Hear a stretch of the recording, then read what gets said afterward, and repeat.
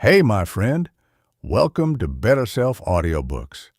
What if the one thing standing between you and everything you want isn't your intelligence, your background, or your resources?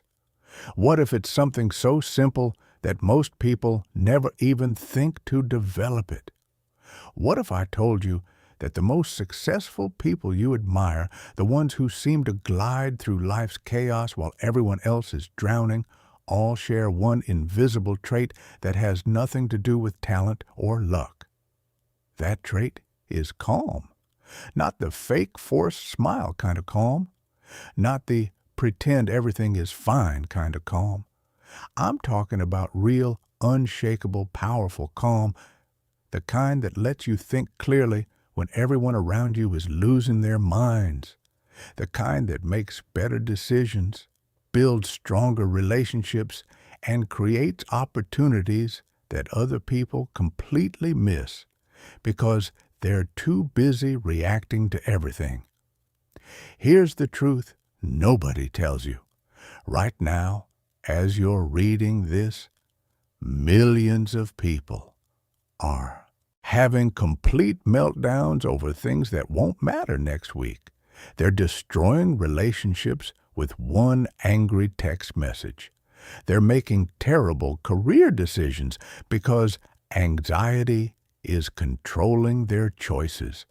They're stuck in the same patterns year after year because they never learned how to pause, breathe, and respond strategically instead of emotionally. But there's another group of people, a small percentage, and you've probably noticed them. They're the ones who stay composed during crises, the ones people turn to when things get difficult, the ones who somehow manage to see solutions when everyone else only sees problems. And here's what I need you to understand. They weren't born this way. They learned it, and so can you. I'm going to share 21 techniques with you, not theories, not feel-good philosophies. Real, practical methods that you can use today to transform how you respond to stress, pressure, and chaos. These are techniques used by emergency responders who save lives under extreme pressure, by athletes who perform when millions are watching, by leaders who make critical decisions when everything is on the line. But before we dive into the techniques, you need to understand something crucial that most people get completely wrong about calm. The truth about calm that changes everything. Most people think calm means being passive, weak, a pushover who just accepts whatever life throws at them. That's not calm. That's surrender. Real calm is the opposite of weak. It's the ultimate power move. Think about this. When a crisis hits and everyone is panicking, who actually solves the problem? It's never the person screaming the loudest. It's never the person having a breakdown. It's always the person who can think clearly enough to see the path forward while everyone else is too overwhelmed to function. That's power. That's influence. That's leadership. Here's the shift I need you to make right now. Stop thinking of stressful situations as things that happened to you. Start thinking of them as opportunities to demonstrate who you really are. Your boss criticizing you in front of the team? That's not a disaster. That's your chance to show professional composure that gets you promoted later. Someone cutting you off in traffic? That's not personal. That's your opportunity to practice staying centered instead of letting strangers ruin your day. A friend of mine, Marcus, runs a tech startup. He told me about a day when their biggest client threatened to leave. 2 key employees quit, and their main product crashed, all before lunch. His co-founder was having a panic attack in the bathroom. Their investors were calling, demanding explanations. Everyone was looking at Marcus like the world was ending. He said the only reason they survived that day was because he'd trained himself to stay functional under pressure. Not because he didn't feel the stress, he absolutely did. But he'd learned to feel the stress and still think strategically. They saved the client, found replacement team members, and fixed the product. A year later, they sold the company for 8 figures. Marcus isn't special. He's not superhuman. He just learned skills that most people never develop. How your brain sabotages you and what to do about it. Your brain has an ancient part called the amygdala. It's basically your internal alarm system, and it's been keeping humans alive for thousands of years. When danger appears, this alarm floods your body with stress chemicals that make you want to fight, run, or freeze. Here's the problem. Your amygdala can't tell the difference between a real threat and a perceived threat. It reacts the same way to a lion attacking you as it does to your boss asking to see you in their office. Same chemical flood, same panic response, same clouded thinking. When those stress chemicals hit, 3 things happen. Your thinking gets stupid. Blood literally flows away from your prefrontal cortex. Your smart brain toward your limbs so you can fight or run. This is why you can't think clearly when you're panicking. Your emotions take over. You stop making logical decisions and start making emotional ones. This is why people send angry emails they regret, quit jobs impulsively, or say things that destroy relationships. Everything feels urgent. Your brain interprets stress as immediate danger, so everything seems like a crisis that needs an instant response.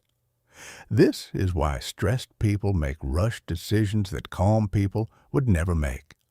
Understanding this isn't just interesting psychology. It's the key to everything. Because once you know how your brain works against you, you can learn to work with it instead. Technique 1. The reset breath. This is your emergency brake. The moment you feel stress, anger, or anxiety starting to build, you have maybe 5 seconds before it takes over your thinking. This technique stops that hijacking process. Here's what you do. The instant you notice tension rising, and I mean the very second you feel it, you take 1 deep breath through your nose for a count of 4. Hold it for 4 counts. Then exhale through your mouth for 6 counts. That's it. 1 breath takes 10 seconds. But here's why it works. When you breathe deeply through your nose, you activate your vagus nerve, which literally signals your brain that you're safe. The exhale being longer than the inhale is crucial because it triggers your parasympathetic nervous system, your body's natural calming mechanism. You're not just relaxing, you're biochemically interrupting the stress response before it can cloud your thinking. When to use it, someone says something that makes you want to snap back. You feel anxiety starting to build before a meeting. Your teenager is pushing your buttons. Traffic is making you irrationally angry. You're about to send an email you might regret.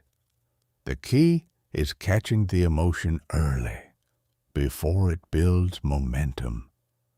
Most people wait until they're already overwhelmed to try calming down.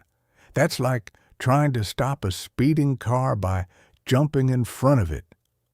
The reset breath works because you're interrupting the stress response at the beginning, not after it's already taken over.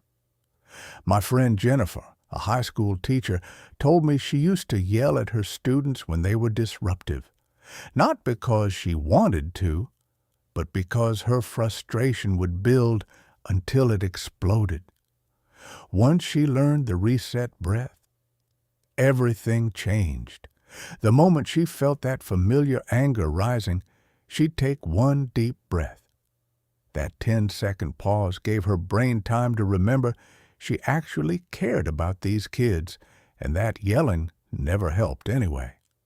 Her classroom transformed, not because her students changed, but because she did.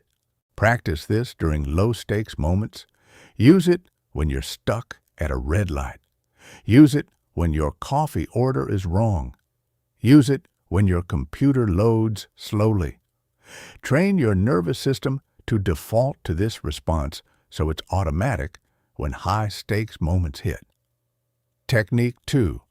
The Power Pause Protocol. The reset breath is reactive. You use it when stress hits unexpectedly. The Power Pause Protocol is proactive. You use it before entering situations where you know stress is likely. Think of it as programming your nervous system before challenging interactions, instead of hoping you'll stay calm once you're already in them. Here's how it works. Before you walk into that difficult conversation, before you answer that challenging phone call, before you enter any situation that could become tense, you take 30 seconds to set your internal state. During these 30 seconds, you do 4 specific things. 1. Visualize success. See yourself handling the situation with complete composure, not in a vague, positive thinking way, but specifically. See yourself listening without getting defensive. See yourself speaking calmly even if others get emotional. See yourself walking away afterward, feeling good about how you handled it. 2.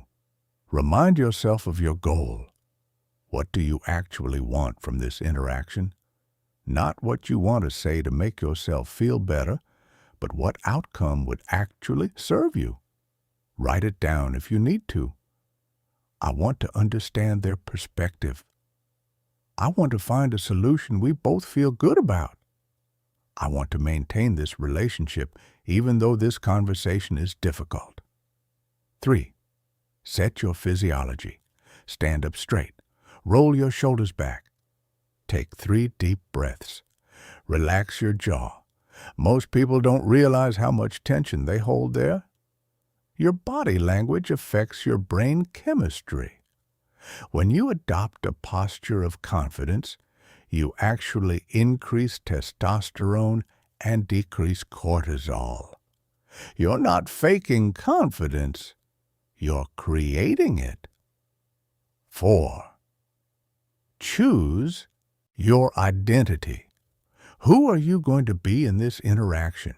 Are you going to be the person who gets defensive and emotional? Or are you going to be the person who stays strategic and composed? This might sound weird, but consciously choosing your identity is incredibly powerful. You're deciding in advance who you want to be, instead of letting the situation decide for you. I learned this technique from a lawyer friend, David, who does high-stakes negotiations. He told me that before every important negotiation, he sits in his car for 30 seconds doing exactly this protocol. He said the negotiations he walks into prepared for go completely differently than the ones he rushes into unprepared. Same person, same skills, but totally different outcomes based on those 30 seconds of preparation. When to use it? Before difficult conversations with your partner. Before important presentations or meetings. Before calling someone you know will be challenging. Before family gatherings that historically get tense before any interaction where your composure matters. The Power Pause Protocol is about entering situations already calibrated for success instead of hoping you'll figure it out once you're in the middle of chaos. Technique 3. The Perspective Flip. This technique changes everything because it addresses the root cause of most emotional reactions, the meaning you assign to situations. Here's what most people don't realize. Events themselves are neutral. Your interpretation of those events creates your emotional response. The same exact situation can devastate one person and barely affect another, not because of the situation itself, but because of what each person decides it means. Let me give you an example. Two people get critical feedback from their manager. Person A thinks, "My boss hates me. I'm probably getting fired. I'm terrible at my job. My career is over." Person B thinks, "My boss is showing me exactly what I need to improve to advance. This is valuable information. I'm glad I know what to work on." Same feedback, completely different interpretations, completely different emotional responses, completely different outcomes. The perspective flip teaches you to question your first interpretation and choose a more empowering one. When something happens that would normally upset you, instead of immediately reacting to your first thought, you ask yourself 3 questions. Question 1, how could this actually be helping me in a way I don't see yet? This forces your brain to look for benefits instead of only focusing on problems. Maybe the criticism is highlighting a blind spot. Maybe the rejection is protecting you from something worse. Maybe the delay is giving you time to prepare better. You don't have to believe fairy tales, but you do have to acknowledge that most situations contain hidden benefits if you're willing to look for them. Question 2. What would someone I deeply respect think about this situation? This helps you step outside your emotional reaction and consider wiser perspectives. If you're panicking about something, what would your mentor say? What would that author you admire think? What would your future self, looking back on this moment, wish you knew? This question gives you instant access to better thinking. Question 3. How will this matter in 5 years? This puts the situation in proper context. Most things that feel devastating today will be completely forgotten in 5 years. Some things genuinely are important long term, but most stressors are temporary challenges that only feel permanent because you're in the middle of them.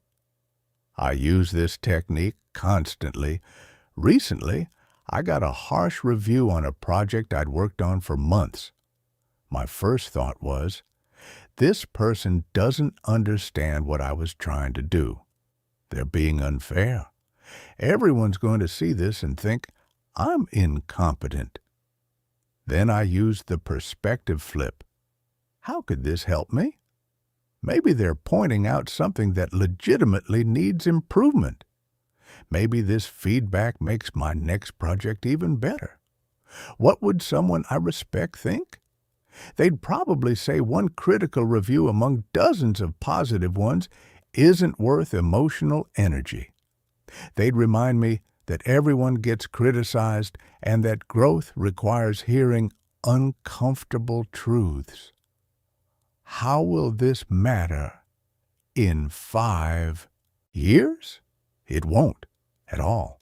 In 5 years, I'll barely remember this project existed, let alone what one person said about it. The entire emotional charge disappeared. Same review, different interpretation, completely different response. The perspective flip doesn't mean denying reality or pretending everything is perfect.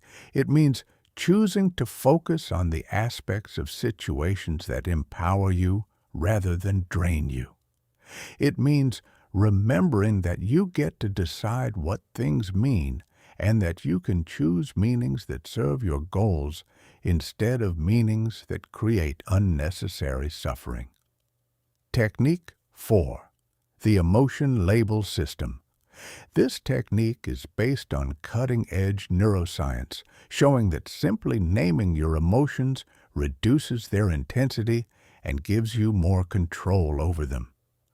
When you feel a strong emotion rising, instead of being overwhelmed by it or trying to push it away, you acknowledge it specifically and neutrally. Here's the process. Step 1. Name it. The moment you notice a strong emotion, you mentally or quietly say, "I'm noticing anger," or "I'm noticing anxiety," or "I'm noticing frustration." Notice the language. You don't say, "I am angry." You say, "I'm noticing anger." This subtle difference is crucial because it creates psychological distance between you and the emotion. It reminds you that you are not the emotion. You're the one observing the emotion. Step 2. Rate it. Give the emotion a number from 1 to 10. This does 2 things. First, it engages your rational brain, which naturally calms your emotional brain. Second, it gives you perspective on whether the emotion is proportional to the situation. Often, you'll realize that what felt overwhelming is actually a 4 or 5 out of 10, which makes it much more manageable. Step 3. Ask what it's telling you. Emotions aren't random, they're information. Anger often means a boundary has been crossed or something important to you is threatened. Anxiety often means you're facing uncertainty or you need to prepare for something. Fear often means you're stepping outside your comfort zone in a way that requires caution. Instead of seeing emotions as problems to eliminate, you start seeing them as data to consider. You're not controlled by emotions, but you're not ignoring them either. You're gathering information from them and then deciding how to respond strategically. A client of mine, Rachel, used to have panic attacks before presentations. Full-blown, can't breathe, want to run away panic attacks. When she learned the emotion label system, everything shifted. Now when she feels that anxiety building, she says to herself, "I'm noticing anxiety.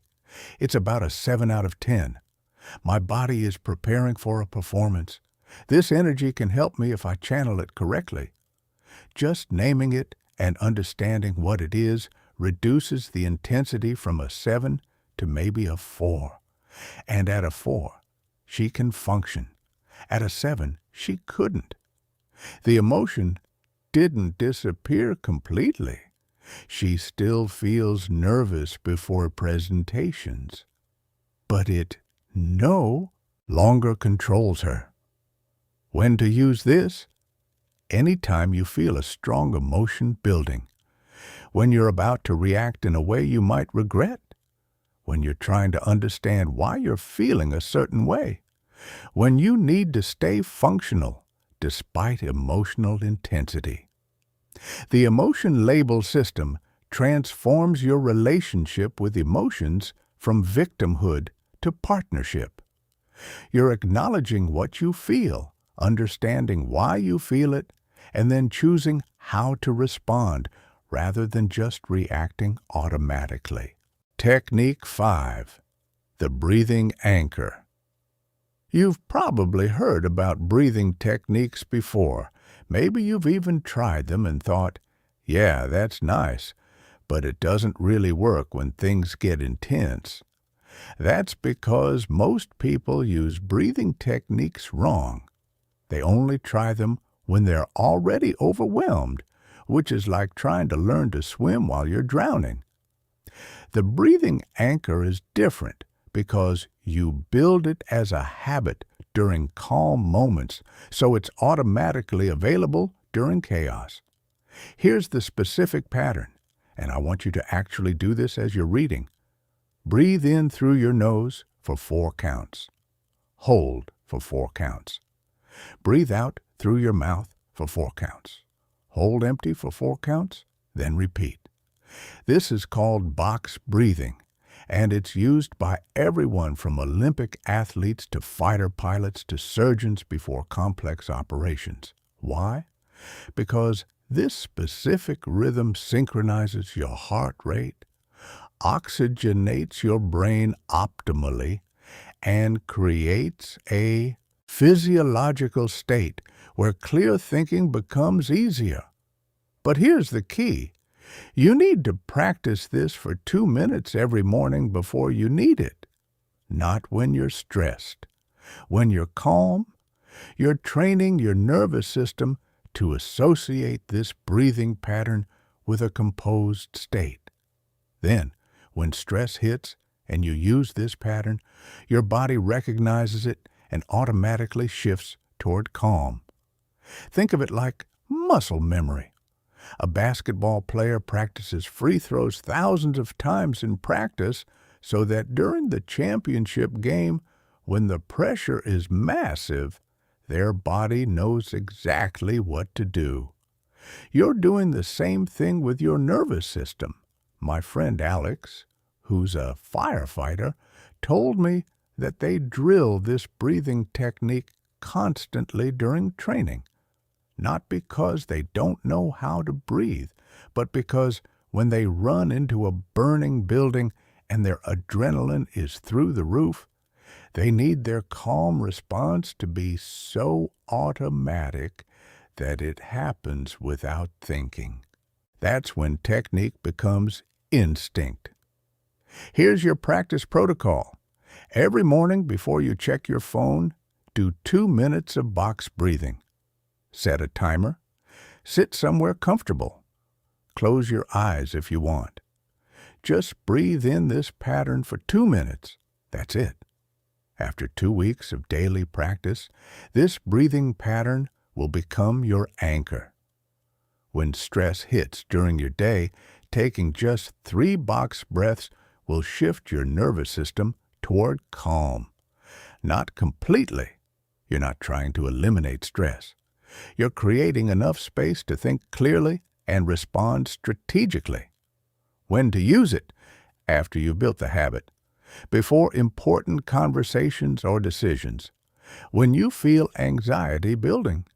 During conflict or tense interactions. Before bed when your mind won't stop racing. Anytime you need to shift from reactive to responsive. The breathing anchor works because it's simple, scientific, and you can do it anywhere without anyone knowing. No one can tell you're using a technique. You're just breathing. But you're breathing in a specific pattern that gives you back control of your nervous system. Technique 6. The physical ground. Your mental state and your physical state are connected in ways most people never think about. When you're stressed, your body tenses up. But here's what's fascinating. It also works in reverse. When you consciously relax your body, your mind automatically becomes calmer. The physical ground technique uses your body to anchor your mind in the present moment and prevent anxiety from spiraling. Here's the method. When you feel your mind racing or emotions intensifying, you bring your attention to physical sensations using the 5-4-3-2-1 technique. Identify 5 things you can see right now. Not just glancing around, but really looking. The corner of that picture frame, the texture of the wall, the way light hits your desk. This forces your attention out of your spinning thoughts and into immediate reality. Identify 4 things you can physically touch. Feel the chair supporting you. Notice the texture of your clothing. Press your feet into the ground. Touch something near you and really notice what it feels like. You're anchoring yourself in physical sensation, which is impossible to do while simultaneously being lost in anxious thoughts. Identify 3 things you can hear. Maybe there's traffic outside, air conditioning humming, someone talking in another room, the sound of your own breath. You're training your attention to be present instead of lost in worried predictions about the future. Identify 2 things you can smell. If you can't smell anything obvious, that's fine. Notice that. Or step outside for a moment. Smell is one of the most grounding senses because it's directly connected to the emotional centers of your brain. Identify 1 thing you can taste. Maybe it's coffee from earlier. Maybe it's just the taste of your own mouth. Again, you're bringing your attention to immediate sensory experience instead of allowing it to spiral into anxiety. The entire process takes about 60 seconds, and it's incredibly effective at interrupting anxiety spirals. But there's a second part to the physical ground that's equally important: power positioning. Your physical posture directly affects your mental state. When you slouch, hunch your shoulders, and make yourself small, you're increasing stress hormones and decreasing confidence hormones. When you stand tall, pull your shoulders back, and take up space, you're doing the opposite. Before any challenging situation, take 2 minutes to stand in what researchers call a power pose. Plant your feet firmly on the ground, shoulder width apart. Straighten your spine. Pull your shoulders back. Either put your hands on your hips or raise them above your head in a victory pose. Breathe deeply. Hold this posture for 2 minutes. This isn't about pretending to be confident. This is about using your body to create the brain chemistry that supports genuine confidence. Studies show that holding a power pose for just 2 minutes increases testosterone by about 20% and decreases cortisol, stress hormone, by about 25%. You're literally changing your chemistry. I learned this from a woman named Patricia who works in tech sales. She used to get incredibly nervous before client presentations. Her voice would shake, her hands would tremble, and she'd struggle to think clearly. Then she started doing 2 minutes of power posing in the bathroom before every presentation. She said it felt ridiculous at first, standing in a bathroom stall with her arms raised like she'd just won a marathon. But the results were undeniable. Her nervousness decreased. Her voice became steadier. Her thinking became clearer. Now, years later, it's part of her pre-presentation ritual. 2 minutes of physical preparation that transforms her mental state. When to use the physical ground. When anxiety is building and your thoughts are spinning. Before situations where you need to project confidence. When you feel disconnected from the present moment. During panic attacks or overwhelming emotions. Anytime you need to shift from mental chaos to physical presence. The physical ground works because it interrupts the thought patterns that create anxiety and uses your body to create the mental state you want. You're not fighting your mind with your mind. You're using your body to change your mind. Technique 7. The future rehearsal. Elite performers in every field use mental rehearsal because they understand something most people don't. Your brain doesn't distinguish between vividly imagined experiences and real ones. When you repeatedly visualize yourself handling difficult situations with calm and skill, you're literally training your nervous system to respond that way when real situations occur. The future rehearsal technique is about programming your mind for calm responses before challenging situations happen. Here's how to do it effectively. Step 1. Identify your triggers. What situations typically challenge your calm? Confrontational conversations, public speaking, receiving criticism, dealing with aggressive people, handling unexpected problems? Make a list of the situations that you know tend to trigger stress or emotional reactions. Step 2. Create detailed mental rehearsals. For each trigger situation, spend 5 to 10 minutes creating a vivid mental movie of yourself handling it perfectly. Don't just vaguely imagine staying calm. Create specific scenarios with rich sensory detail. See the environment clearly. If it's a difficult conversation, where are you having it? What does the room look like? Who else is there? Hear the sounds. What are they saying? What does your calm voice sound like as you respond thoughtfully? Feel your body remaining relaxed and grounded. Notice your breath, staying steady. Feel your shoulders staying relaxed even as the situation becomes challenging. Watch yourself responding with wisdom and composure. See yourself listening without getting defensive. See yourself speaking thoughtfully instead of reacting emotionally. See the other person's reaction to your calm presence. Experience the feeling of walking away afterward, proud of how you handled it. Step 3. Rehearse obstacles and complications. This is where most people's visualization breaks down. They only imagine perfect scenarios, but real life includes obstacles, so your rehearsal needs to include them too. Imagine the person getting more aggressive and see yourself remaining calm.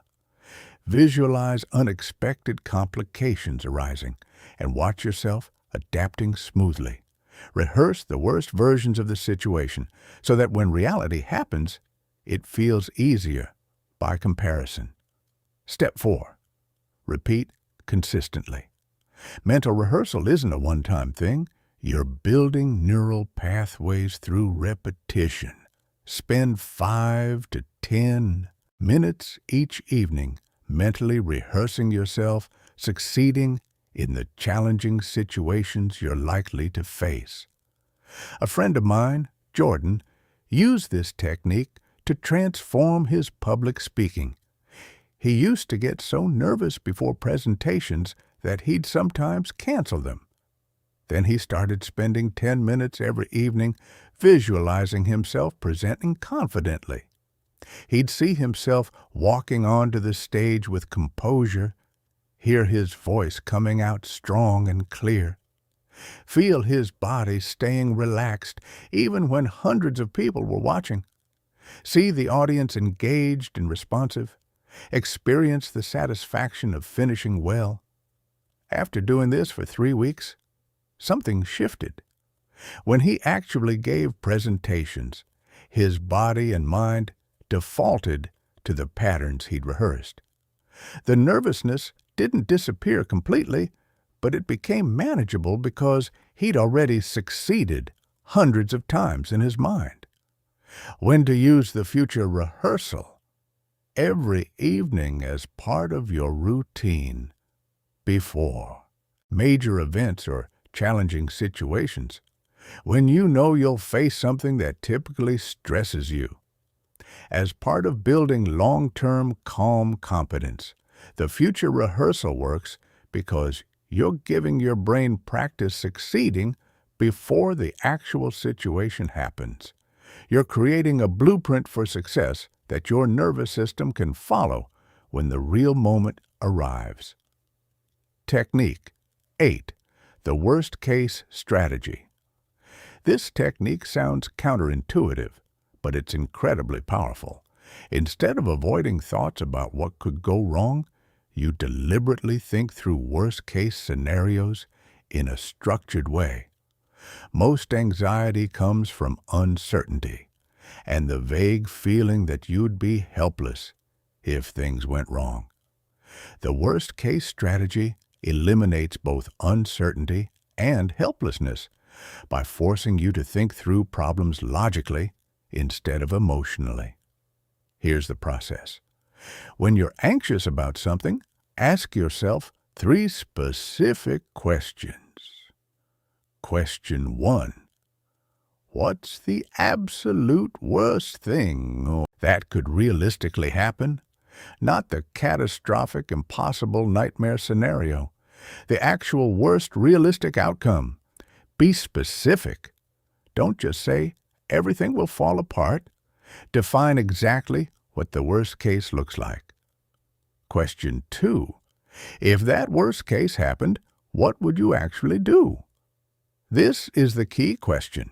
You're not hoping it won't happen. You're creating a concrete plan for handling it if it does. What specific actions would you take? Who would you call? What resources would you use? What's your plan B, C, and D? Question 3. What's the actual probability of this worst case happening? When you think it through logically, you usually realize that the worst case is unlikely. But even if it's possible, you now have a plan. You're prepared. You're not helpless. Let me show you how this works with a real example. My friend Sarah was terrified about giving a major presentation to potential investors. She was so anxious, she couldn't sleep. I walked her through the worst-case strategy. What's the worst that could realistically happen? I could completely freeze up, forget everything I want to say, and lose the investment opportunity. If that happened, what would you actually do? She thought about it. I guess I'd have backup notes I could refer to. I could acknowledge my nervousness honestly, maybe even use it to build connection. I could ask if we could reschedule for a week later. I could reach out to other potential investors. Even if this specific opportunity falls through, it wouldn't end my company. What's the probability of completely freezing? Honestly, pretty low, especially if I'm well prepared. I've never actually completely frozen before. I get nervous, but I've always managed to keep going. Just thinking through this logically transformed her anxiety. She went from vague, overwhelming fear to concrete planning. She still felt nervous before the presentation, but it was manageable nervousness instead of paralyzing anxiety. And the presentation went well. The worst-case strategy also includes what I call the 10-10-10 rule. For any situation causing stress, ask, how will I feel about this in 10 minutes? How will I feel about this in 10 months? How will I feel about this in 10 years? This puts situations in proper perspective. Most things that feel massive right now will barely matter in 10 months and definitely won't matter in 10 years. This doesn't mean they're not worth handling well. It means they're not worth the level of stress you're giving them. When to use the worst-case strategy? When vague anxiety is preventing you from taking action before major decisions or important events. When you're catastrophizing about potential problems, anytime you need to transform emotional anxiety into logical planning. The worst-case strategy works because it transforms your mind from emotional reaction to strategic planning. You're not hoping problems won't happen. You're prepared to handle them if they do. And that preparation creates genuine confidence instead of false reassurance. Technique 9. The Emotional Firewall. One of the biggest challenges to maintaining your calm is that emotions are contagious. When someone around you is panicking, angry, or overwhelmed, their emotional state can unconsciously trigger similar responses in you. The emotional firewall creates a protective boundary that allows you to remain centered even when surrounded by emotional chaos. Here's what most people don't understand. There's a crucial difference between empathy and emotional absorption. Empathy means understanding and caring about what others are feeling without taking on their emotions as your own. Emotional absorption means unconsciously matching other people's emotional states, which destroys your ability to think clearly or help them effectively. The emotional firewall lets you stay empathetic while remaining emotionally independent. Here's how to build your firewall. Step 1. Create a conscious boundary. Before entering any situation where you might encounter intense emotions from others, spend 30 seconds visualizing a protective boundary around yourself. Some people imagine a bubble of light. Others picture a shield. The specific image doesn't matter. What matters is consciously creating the intention that you will maintain your own emotional state regardless of others' emotions. This isn't about being cold or uncaring. It's about preparing your nervous system to observe others' emotions without automatically matching them. Step 2. Use opposite energy matching. When someone is expressing intense emotion around you, instead of automatically matching their energy level, you consciously choose to remain at your optimal state. If they're shouting, you speak more quietly. If they're moving frantically, you move more deliberately. If they're speaking rapidly, you speak more slowly. This isn't about being condescending or dismissive. You're providing stability in an emotionally chaotic situation. You're being the anchor that the situation needs. Step 3. Acknowledge and redirect. When someone is being emotionally intense, you acknowledge their feeling without taking it on. You might say something like, "I can see this is really important to you, and I want to understand your perspective.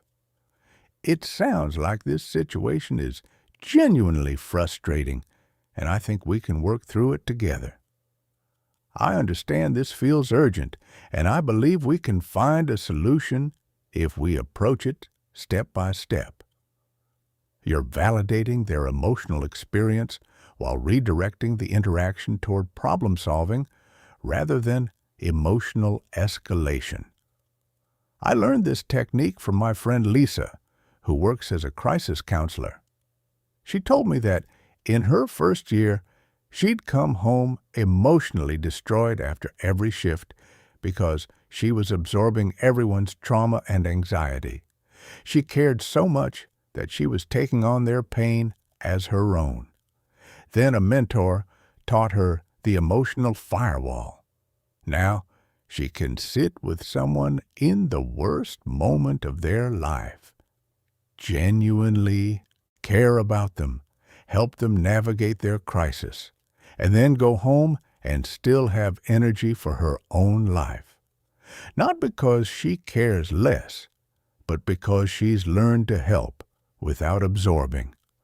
When to use the emotional firewall.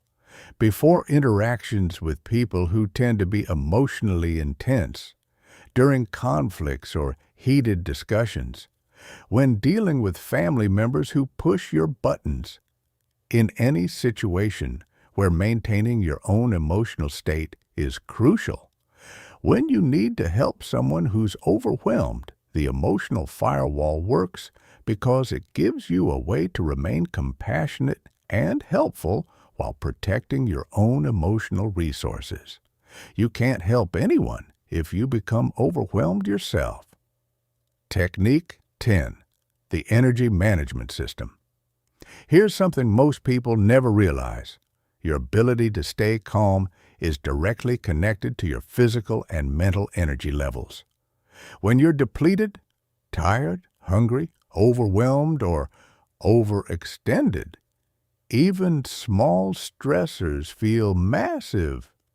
When your energy is optimized, maintaining calm becomes almost effortless. Most people manage their time but completely ignore their energy. They wonder why they're so reactive and stressed when they've scheduled back-to-back draining activities with no recovery time. The energy management system teaches you to structure your life around maintaining optimal energy, which makes calm your default state instead of something you have to force. Here's how to implement it. Step 1. Conduct an energy audit. For 1 week, pay attention to which activities charge your batteries and which ones drain them. High drain activities might include dealing with difficult people, making complex decisions, processing negative information, forcing yourself through tasks you hate, being in loud or chaotic environments. High-charge activities might include doing work you find meaningful, spending time with positive people, physical exercise, being in nature, learning new things you're excited about. Creative activities. Write these down. You need to know specifically what depletes you and what restores you. Step 2. Strategic scheduling. Once you know your energy patterns, you restructure your schedule to maintain optimal energy throughout your day. If you have a difficult meeting, schedule something restorative afterward, even if it's just a 10-minute walk outside.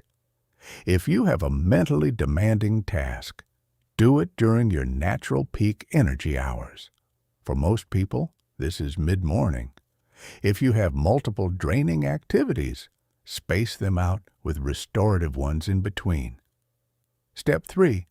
Energy boundaries. Set limits to protect your mental and emotional resources.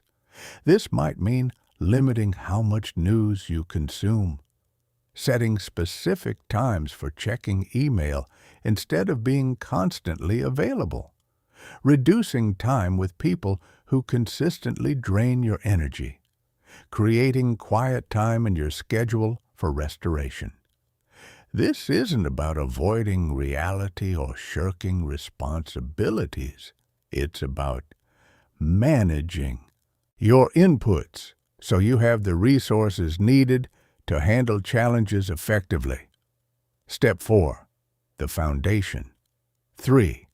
3 physical factors affect your energy and stress tolerance more than almost anything else. Sleep. Most people are chronically sleep-deprived and don't realize how much it's affecting their emotional regulation. When you're well-rested, situations that would normally stress you out barely register. Aim for 7 to 8 hours consistently. Movement. Regular exercise doesn't just improve your health. It increases your stress tolerance and emotional resilience. Even a 20-minute walk daily makes a measurable difference in your ability to stay calm under pressure. Nutrition. When your blood sugar is spiking and crashing all day, your emotions follow the same pattern. Stable nutrition creates stable moods. This doesn't mean a perfect diet. It means avoiding extreme energy fluctuations from poor eating patterns.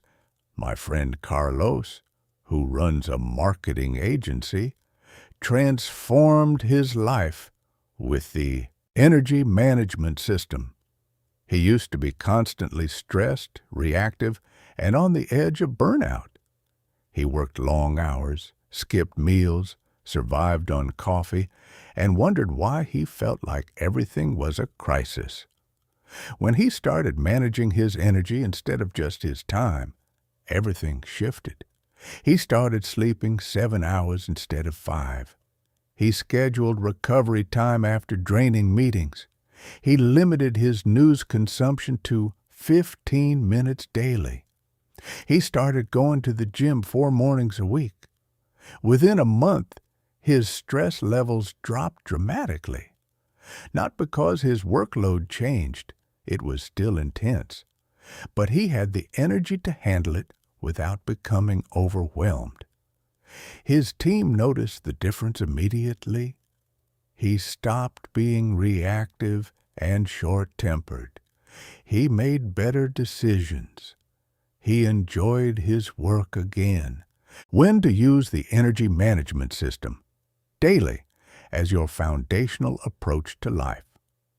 When you notice yourself becoming consistently reactive or stressed, when planning your weekly schedule, anytime you're feeling depleted or overwhelmed, the energy management system works because it addresses stress at its root. When you have abundant energy, calm becomes natural. When you're depleted, even small challenges feel overwhelming. Technique 11. The verbal de-escalation method. This technique gives you the ability to calm down aggressive or hostile people while maintaining your own composure. Instead of avoiding difficult people or getting drawn into conflicts, you become someone who can transform potentially explosive situations into productive conversations. Here's what you need to understand first. Most aggression comes from fear, frustration, or feeling unheard. When someone is attacking you verbally, they're usually not really attacking you personally. They're expressing their own emotional distress in the only way they know how. This understanding allows you to respond to their underlying need rather than reacting to their aggressive behavior. The verbal de-escalation method has 5 specific steps. Step 1. Lower your voice. This is counterintuitive, but crucial.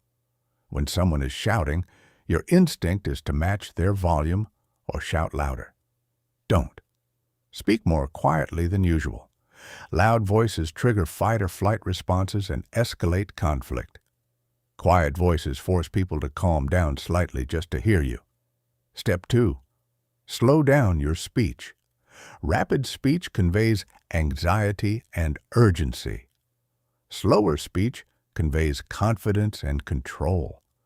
When you deliberately slow down your words, you're sending a message that this situation, while potentially serious, is manageable. Step 3. Acknowledge their emotion without agreeing with their behavior. This is the key move. You might say, "I can see you're really frustrated about this. It sounds like this situation is genuinely upsetting to you. I understand this matters a lot to you." You're validating their emotional experience without accepting blame or agreeing with how they're expressing it. Step 4. Ask questions instead of making statements. Questions engage the rational part of their brain and give them a chance to feel heard. Instead of defending yourself or arguing, you ask, "Help me understand what would work better for you. What would need to happen for you to feel good about this situation? Can you walk me through specifically what you're concerned about?" Questions shift the dynamic from conflict to collaboration. Step 5. Find something you can genuinely agree with. Even if it's small, find common ground. This creates a foundation you can build on. You might agree that the situation is frustrating, that their concerns are understandable, or that finding a solution is important. This agreement doesn't mean you're accepting blame. It means you're creating connection instead of division. Let me show you how this works with a real situation. My friend Daniel manages a retail store. A customer came in absolutely furious about a defective product, shouting about how the company was terrible and demanding to speak to corporate immediately. Old Daniel would have gotten defensive, matched the customer's energy, and the situation would have escalated. But he'd learned the verbal de-escalation method. He lowered his voice. "I understand this is frustrating." Acknowledge emotion. He slowed down his speech. "Can you help me understand exactly what happened with the product?" Ask questions. He found agreement. "You're right that the product should have worked properly, and I'd be upset too if I were in your position." Find common ground.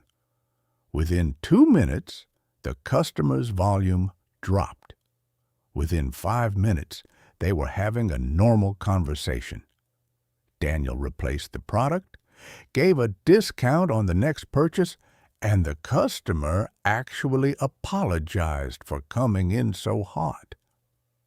Same situation, completely different outcome based solely on how Daniel responded. When to use the verbal de-escalation method: when someone is being aggressive or hostile during heated arguments or conflicts. With customers, family members, or colleagues who are upset. Anytime you need to transform emotional intensity into productive conversation. The verbal de-escalation method works because it addresses the emotional need driving the aggression while maintaining your own composure. You're helping the other person regulate their emotions by providing stability instead of matching their chaos. Technique 12. The strategic silence. This is one of the most powerful techniques in this entire guide, yet most people never develop it because silence makes them uncomfortable. When you master strategic silence, you gain access to information and influence that most people never discover. Most people are uncomfortable with silence and will rush to fill it, often revealing information or making concessions they hadn't planned to make. When you become comfortable with silence, you gain enormous advantages in conversations, negotiations, and relationships. Here's how to use strategic silence effectively. Use 1. The thoughtful pause. When someone asks you a difficult question, instead of immediately responding, pause for 3 to 5 seconds while you consider your answer. This pause accomplishes multiple things. It shows you're taking their question seriously. It gives you time to think of the best possible response. It often makes them elaborate on their question, giving you more information. It projects confidence. Insecure people rush to fill silence. Use 2. The disagreement. Silence. When someone says something you disagree with, or that seems designed to provoke a reaction, instead of immediately arguing, you remain silent and wait. Often, people will moderate their own extreme positions when they're not getting the resistance they expected. They'll clarify, soften, or even back down from their statement without you saying a word. Use 3. The negotiation silence. After making an offer or hearing a counteroffer, stay silent. The person who speaks first after an offer is made is usually the one who makes the next concession. This works in salary negotiations, business deals, or even deciding where to eat with friends. Whoever is less comfortable with silence usually gives in first. Use 4. The processing silence. When someone shares something emotional or important, instead of immediately jumping in with advice or your own story, you give them space to continue. Most people will keep talking if you let them. They'll share more, go deeper, reveal what's really bothering them. Your silence gives them permission to process their thoughts instead of performing for you. The key to making silence strategic instead of awkward is your body language. You maintain calm eye contact, keep your posture relaxed, and convey through your presence that you're thoughtfully considering what's been said. You're not using silence to punish or manipulate. You're using it to create space for better thinking and communication. I learned this technique from a mediator named Richard who handles high-conflict divorces. He told me that in his first years, he'd try to fill every silence with suggestions or questions. But he noticed that the best breakthroughs happened when he just stayed quiet and let people work through their own thoughts. Now, when a couple is arguing, he'll often just sit in silence for 30 seconds or even a minute. Almost always, one of them will break the silence with something more honest and vulnerable than what they were saying before. The silence created space for truth instead of just reactive arguing. When to use strategic silence. After asking an important question, when someone says something you disagree with, during negotiations or difficult conversations, when someone is sharing something emotional. Anytime you want more information or deeper truth, strategic silence works, because most people are so uncomfortable with silence that they'll fill it with information, concessions, or deeper truth. When you become comfortable with pauses, you gain enormous conversational power while appearing thoughtful and composed. Technique 13. The Pressure Performance Protocol. This technique is specifically designed for moments when the stakes are high and everyone is watching. The important presentation, the crucial negotiation, the emergency that requires immediate leadership, the confrontation you've been avoiding for months. Most people perform worse under pressure, but with the right protocol, you can actually perform better when the stakes are highest. Here's what you need to understand. Pressure isn't your enemy. Pressure is concentrated importance. The situation matters more, which means your performance has more impact. The question isn't how to eliminate pressure. It's how to use pressure as fuel for heightened performance. The Pressure Performance Protocol has 4 core components. Component 1, reframe what pressure means. Most people think, this is so much pressure. If I mess this up, it'll be terrible. That interpretation triggers anxiety and clouds thinking. Instead, think, this situation is important, which means it's worth my full attention and best effort. You're acknowledging importance without catastrophizing outcomes. A subtle shift in language, but it completely changes your nervous system's response. Component 2, focus on process, not outcomes. Under pressure, people obsess about results they can't control. Will they like my presentation? Will I get the promotion? Will this work out? These thoughts create anxiety because you're focused on things outside your control. Instead, focus entirely on what you can control: your preparation, your effort, your execution. I'm going to deliver this presentation as clearly as I can. I'm going to listen carefully and respond thoughtfully. I'm going to give this my best attention. When you focus on process instead of outcomes, you reduce anxiety while improving actual performance. Component 3, use pressure as energy. When you feel your heart rate increase and your awareness sharpen under pressure, most people interpret this as panic. Oh no, I'm getting nervous. This is bad. But those physical sensations aren't panic. They're your body preparing for peak performance. Your heart rate increases, to send more oxygen to your brain. Your awareness sharpens to help you notice important details. You're becoming more capable, not less. Consciously reinterpret those sensations. My body is getting ready to perform. I'm becoming more alert and focused. This energy will help me. Component 4.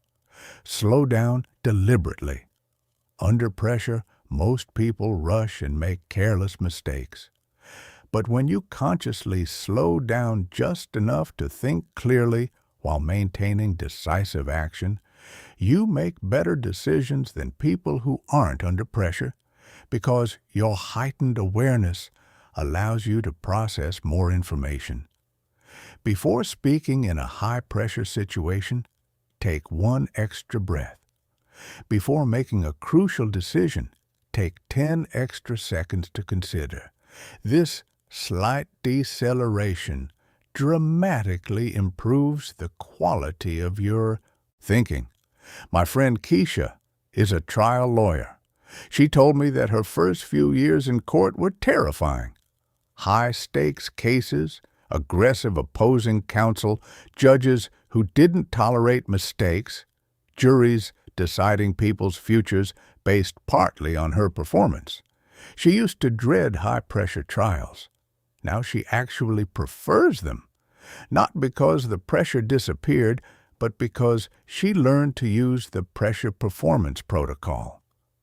Before every major trial, she reminds herself, "This matters," which means it's worth my complete focus. She focuses on what she can control, her preparation, her questions, her arguments, instead of obsessing about the verdict. She interprets her pre-trial nervousness as her body preparing for peak performance, and she deliberately slows down her speech and thinking just enough to stay strategic. She wins more cases now, not because she's more talented, but because she's learned to access her best capabilities precisely when they matter most. When to use the pressure performance protocol: before important presentations or performances, during high-stakes negotiations or decisions, when leading in crisis situations, anytime you need to perform at your best when it matters most. The pressure performance protocol works because it transforms pressure from something that diminishes you into something that enhances you. You're using the same energy that creates panic in others to fuel your excellence. Technique 14. The decision matrix. This technique gives you a systematic way to make excellent decisions, even when you're under intense pressure and time constraints. Most people make poor decisions under pressure because they either overthink and become paralyzed, or they act impulsively without considering consequences. The decision matrix gives you a middle path that's both fast and thorough. When facing any important decision under pressure, you quickly evaluate 4 key factors. Factor 1. Potential upsides. What's the best thing that could happen if this choice works out well? Don't just think vaguely. Be specific about the potential benefits. This forces your brain to consider possibilities instead of only focusing on risks. Factor 2. Potential downsides. What's the worst realistic consequence if this choice doesn't work out? Notice I said realistic, not catastrophic nightmare scenarios, but actual probable downsides. This helps you understand what you're risking. Factor 3. Probability of success. Based on your knowledge and experience, how likely is this choice to work out? You don't need perfect information, just an honest assessment.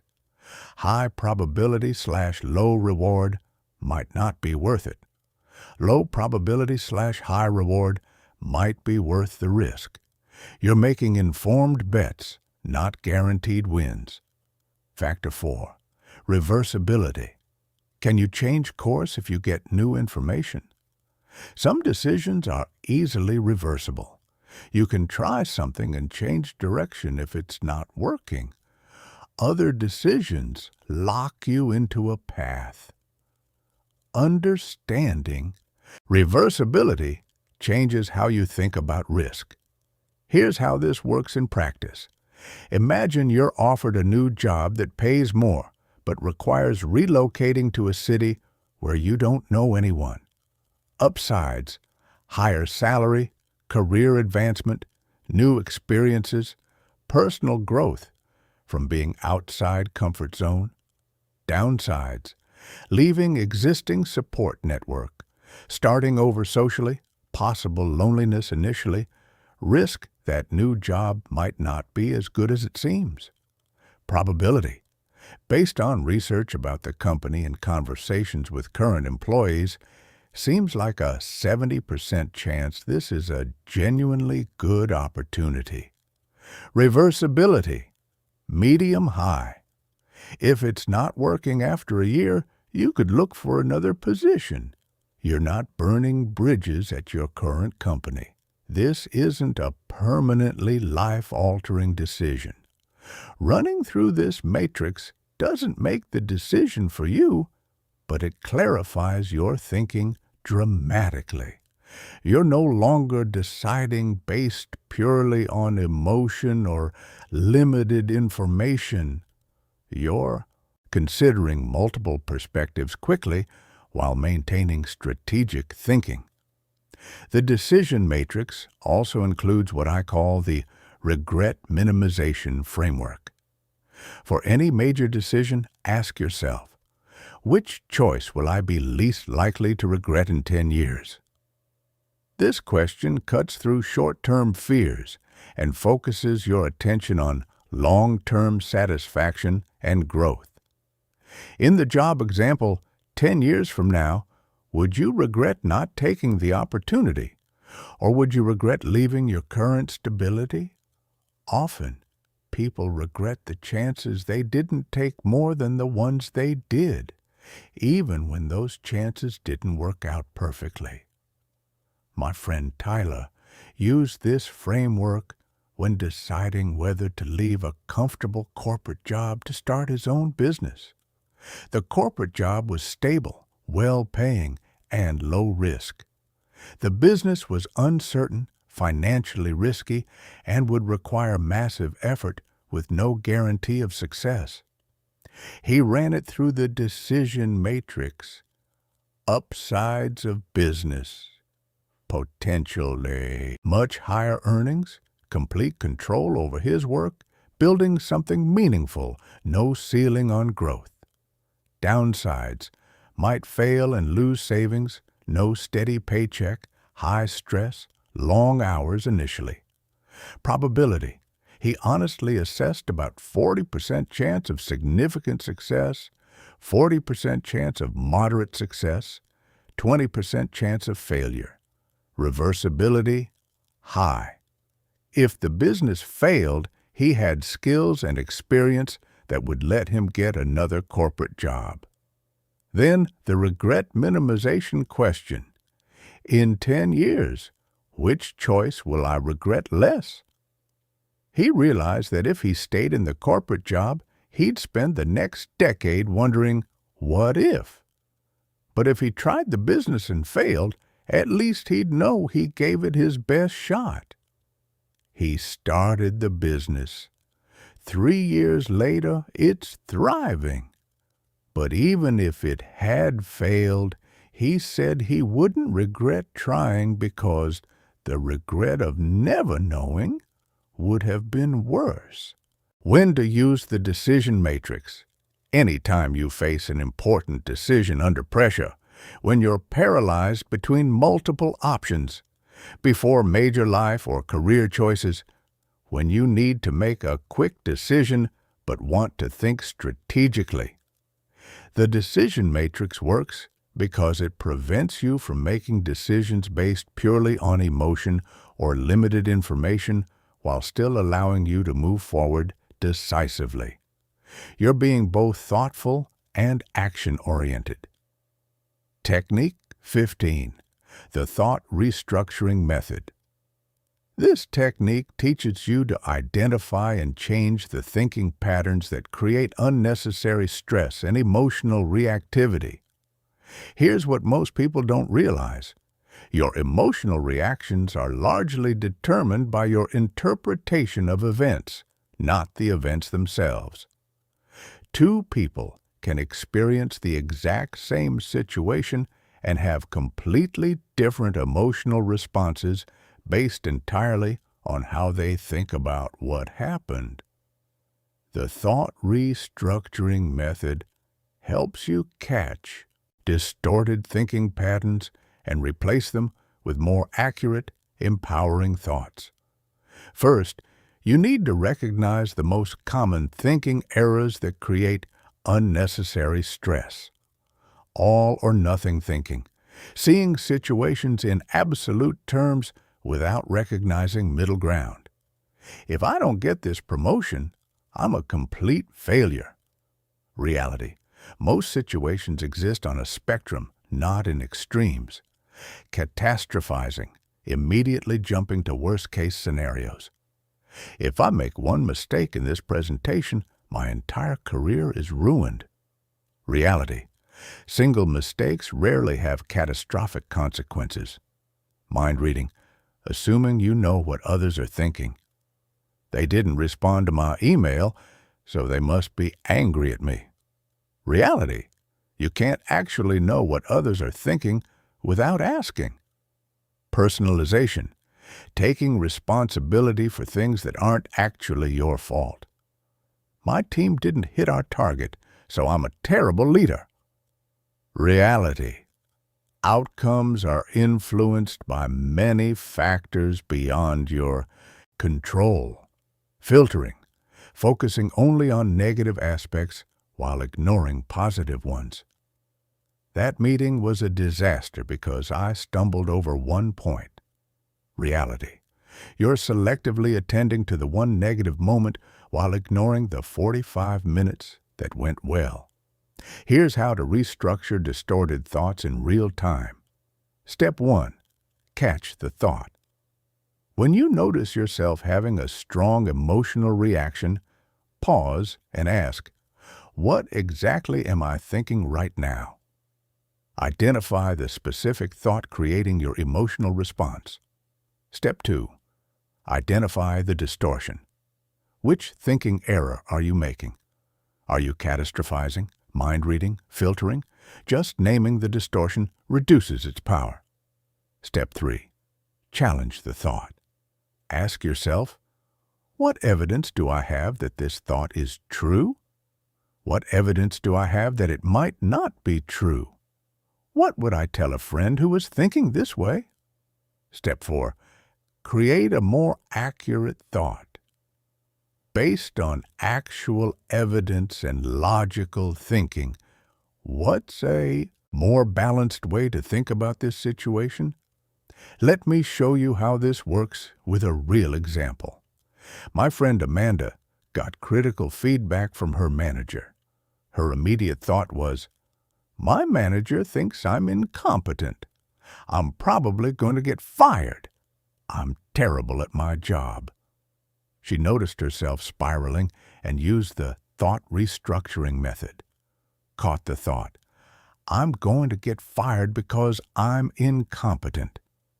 Identified the distortion, catastrophizing, and mind-reading. She was assuming one piece of critical feedback meant impending termination and that she knew what her manager was thinking. Challenged it. What evidence do I have this is true? Well, I got one piece of critical feedback, but I also got positive feedback on 3 other items in the same review. My manager specifically said she sees potential in me and wants to help me develop. I've never been on a performance improvement plan. What evidence do I have it's not true? Actually, quite a bit. Created a more accurate thought. I got some critical feedback on one area I need to improve. That's valuable information, not a termination warning.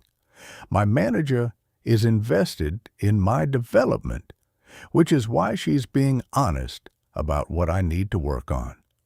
Same feedback, completely different interpretation, completely different emotional response. The first thought created anxiety and defensiveness. The restructured thought created openness to learning and motivation to improve. When to use the thought restructuring method. Anytime you notice yourself having a strong emotional reaction, when you catch yourself thinking in absolutes or extremes, when stress seems disproportionate to the actual situation, as a regular practice to improve your overall thinking patterns. The thought restructuring method works because it addresses stress at its source, inaccurate thinking. You're training your mind to interpret situations in ways that serve you, rather than create unnecessary suffering. Technique 16. The emotional redirect. This technique teaches you to handle emotional manipulation and aggressive behavior without becoming defensive or reactive. Just as martial artists use an attacker's energy against them, the emotional redirect allows you to deflect emotional attacks while maintaining your composure. First, you need to understand the difference between genuine emotion and emotional manipulation. Genuine emotion deserves empathy and support. Someone expressing real feelings about something that matters to them should be heard and validated. Emotional manipulation is when someone uses emotional displays to control you, make you feel guilty, or force you to do something you don't want to do. This deserves a strategic response that doesn't reward the manipulative behavior. Here's how the emotional redirect works. Step 1. Recognize the manipulation. Common manipulation tactics include guilt trips.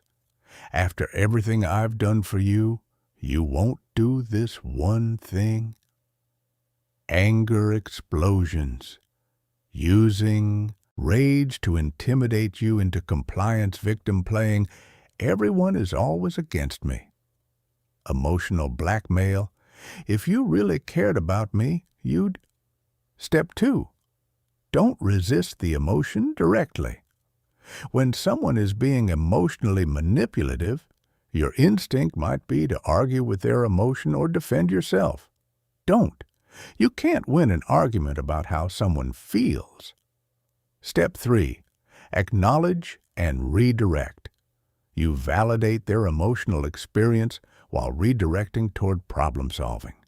You might say, I can see you're upset about this. What specifically would you like to be different? It sounds like this situation isn't working for you. What would work better? I understand this is frustrating. Help me understand what you need. This accomplishes several things.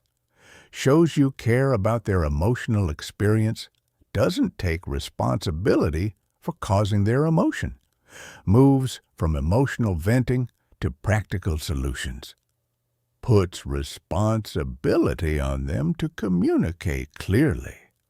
Step 4. Maintain your boundary. Empathy doesn't mean compliance. You can care about someone's feelings while still saying no to unreasonable requests. I understand this is disappointing, and I'm not able to do what you're asking. I hear that you're frustrated, and my answer is still no. I care about how you feel, and I also need to do what's right for me. My friend Nicole used to be controlled by her mother's emotional manipulation. Whenever Nicole set a boundary, her mother would have an emotional meltdown, say Nicole didn't care about family, and make her feel guilty until she gave in. Once Nicole learned the emotional redirect, everything changed. Mother, I can't believe you're not coming to Sunday dinner. After everything I do for you, you can't even spend one evening with your family. Old Nicole would have felt guilty and changed her plans. New Nicole: I understand you're disappointed, Mom. I love our Sunday dinners, and I have other commitments this week. I'll be there next Sunday. Mother: You always put your friends before your family? Nicole: I hear that you're frustrated. I make Sunday dinners a priority most weeks, and this week I have a prior commitment. She acknowledged the emotion without taking responsibility for it. She redirected toward facts instead of getting pulled into emotional arguments. She maintained her boundary with kindness. Her mother eventually adjusted because the emotional manipulation stopped working. When to use the emotional redirect? When someone is trying to control you through emotions. During guilt trips or emotional blackmail. When dealing with aggressive or manipulative people. Anytime you need to maintain boundaries while staying compassionate, the emotional redirect works because it allows you to care about people's feelings without being controlled by them. You maintain your emotional equilibrium while addressing their genuine concerns. Technique 17.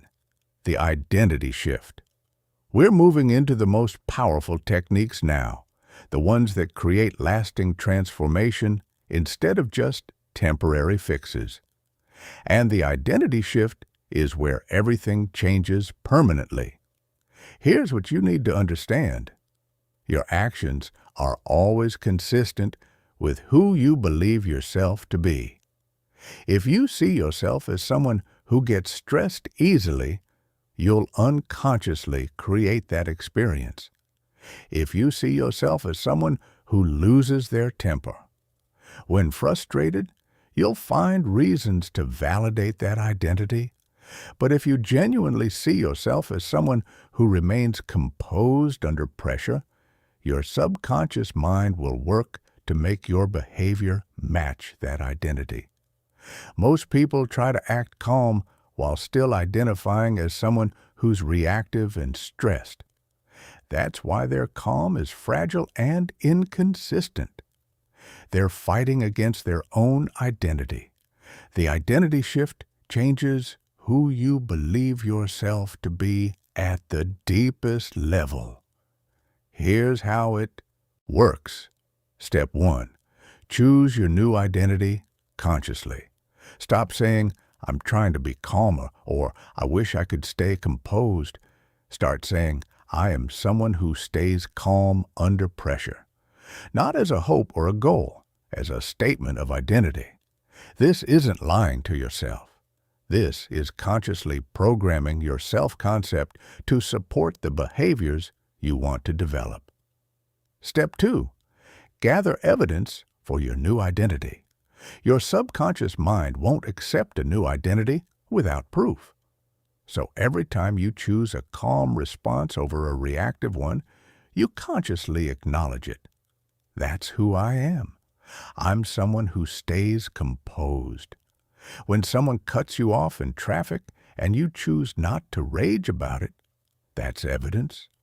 When you receive criticism and respond thoughtfully instead of defensively, that's evidence. When you face a stressful situation and use your breathing technique instead of panicking, that's evidence. You're building a case to yourself that this new identity is real. Step 3. Create identity anchoring moments. These are specific situations where you consciously choose to act according to your new identity rather than your old patterns.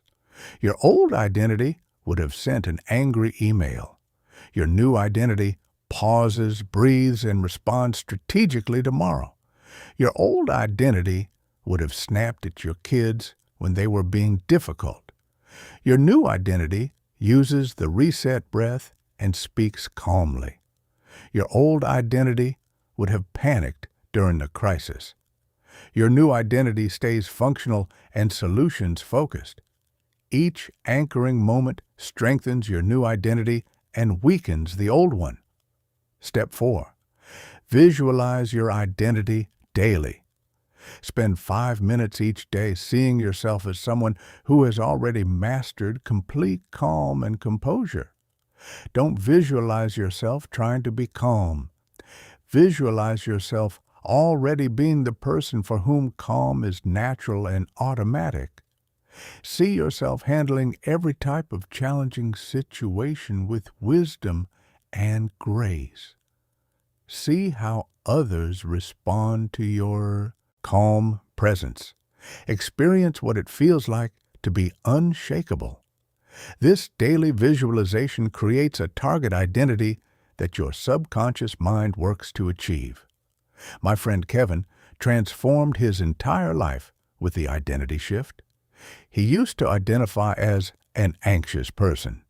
He'd say things like, "I'm just naturally high-strung," or "I've always been a worrier." His identity was built around being reactive and stressed. Then he consciously chose a new identity. "I am someone who stays calm and thinks clearly under pressure." At first, it felt false, but he started gathering evidence. Every time he chose a calm response, he'd acknowledge it. "That's who I am now." He created anchoring moments where he consciously chose his new identity over his old patterns. He visualized himself daily as someone for whom calm was natural. 6 months later, people who'd known him for years started commenting on how much he'd changed. His stress levels dropped. His relationships improved. His career accelerated because he could handle responsibility without becoming overwhelmed. But here's what Kevin told me that I'll never forget. "The techniques helped me stay calm in moments, but the identity shift made calm who I am instead of something I have to work at. Now it feels more natural to stay composed than it ever felt to be reactive." That's the power of shifting your identity instead of just changing your behavior. When to use the identity shift? Daily, as your foundational approach to transformation. Every time you successfully choose calm over reactivity, when you catch yourself reverting to old identity statements, as the framework that makes all other techniques permanent. The identity shift works because it changes the source code of your behavior. You're not fighting against yourself anymore. You're becoming someone for whom calm is natural. Technique 18. The stress inoculation. This technique is based on the medical principle that exposure to small amounts of stress actually makes you more resistant to larger amounts of stress later. Just as vaccines work by exposing your immune system to weakened versions of diseases, stress inoculation works by deliberately exposing yourself to manageable levels of stress, so you build resilience for more challenging situations. Most people try to avoid stress completely, which actually makes them more vulnerable when unavoidable stress occurs. They stay in comfort zones and then feel overwhelmed when life inevitably presents challenges. Stress inoculation takes the opposite approach. You systematically expose yourself to controlled stress so that real-world stress feels manageable by comparison. Here's how to implement stress inoculation safely and effectively. Step 1. Identify your stress triggers. What situations typically challenge your calm? Public speaking, confrontation, time pressure, criticism, uncertainty? Make a list of situations that you know tend to trigger stress responses. Step 2, create graduated exposure. You don't start with the most terrifying situation. You build up gradually. If public speaking stresses you out, you don't start by presenting to 1,000 people. You start by speaking up more in small meetings. Then you volunteer to present to your team. Then you do a presentation to a larger group.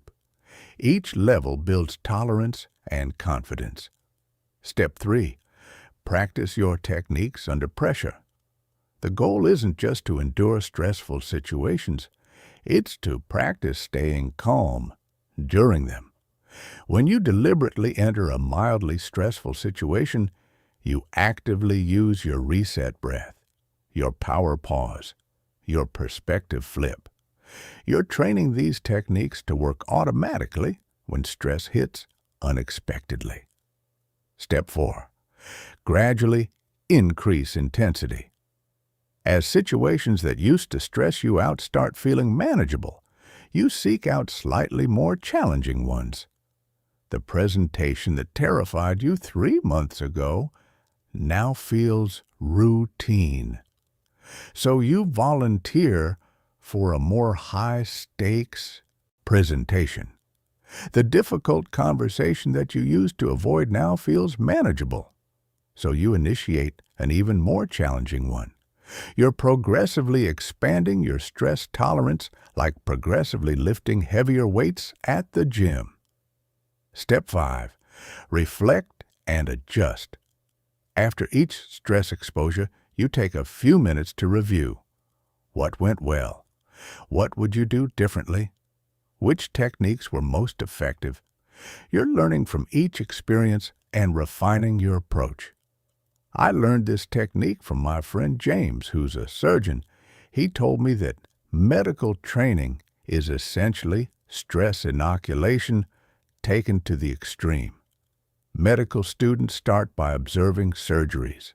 Then they assist in minor procedures. Then they perform simple surgeries under supervision. Then increasingly complex procedures.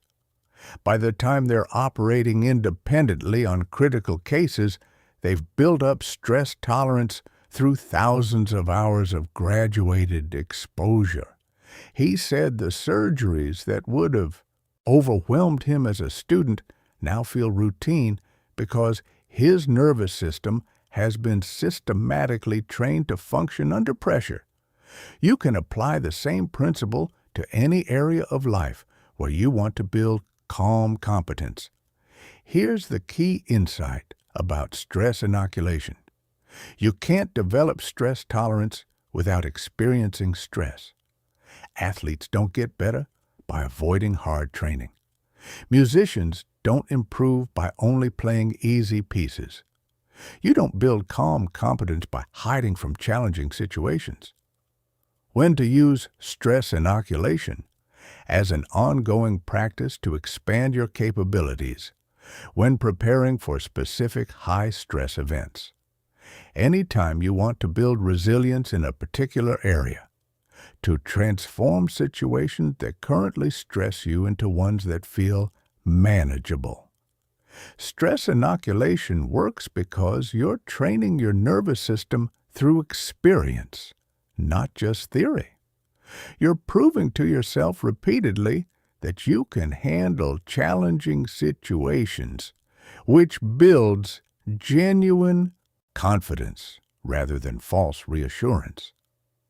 Technique 19. The preemptive strategy. While stress inoculation prepares you for future challenges, the preemptive strategy helps you interrupt your personal stress patterns before they build momentum. Most people react to stress after it's already overwhelming them.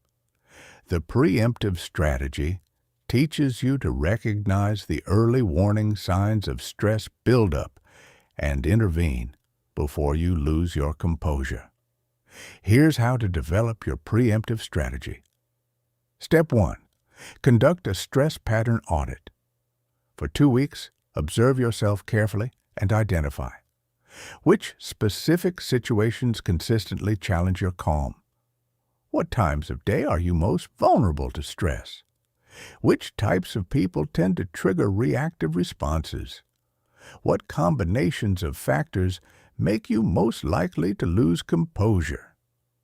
You might notice patterns like, I get reactive when I'm hungry and someone interrupts my focused work. Or, I lose patience with my kids in the evening when I'm tired. Or, I become defensive when I'm stressed about deadlines and someone criticizes my work. Step 2. Create specific interventions for each pattern. Once you've identified your stress patterns, you design preemptive interruptions. If hunger plus interruption equals reactivity, you might eat regular snacks and set boundaries around your focused work time. If evening fatigue plus difficult kid behavior equals impatience, you might create a wind-down routine that restores your energy before family time. If deadline stress plus criticism equals defensiveness, you might use the power pause protocol before receiving any feedback when you're under time pressure. Step 3. Design your environment for calm. You structure your physical and social environment to support composure rather than undermine it. This might mean organizing your workspace to reduce frustration, choosing commute routes that avoid traffic stress, limiting time with people who consistently drain your energy, setting up your schedule to avoid back-to-back draining activities. You're not avoiding challenges. You're eliminating unnecessary sources of stress so you can handle important challenges with full resources. Step 4. Build buffer time into everything. One of the biggest stress triggers for most people is time pressure combined with unexpected problems. The preemptive strategy includes building buffer time into your schedule. If something usually takes 30 minutes, you allocate 40. If you need to be somewhere at 2 p.m., you plan to arrive at 1:50. This buffer time means that when inevitable delays and complications occur, they don't create stress because you've anticipated them. My friend Melissa transformed her daily stress levels with the preemptive strategy. She realized through her audit that she had a specific pattern. Rush hour traffic plus running late plus hunger made her absolutely lose it. She'd arrive at destination stressed, angry, and emotionally depleted. Her preemptive interventions, she started leaving 15 minutes earlier than she thought she needed. Buffer time.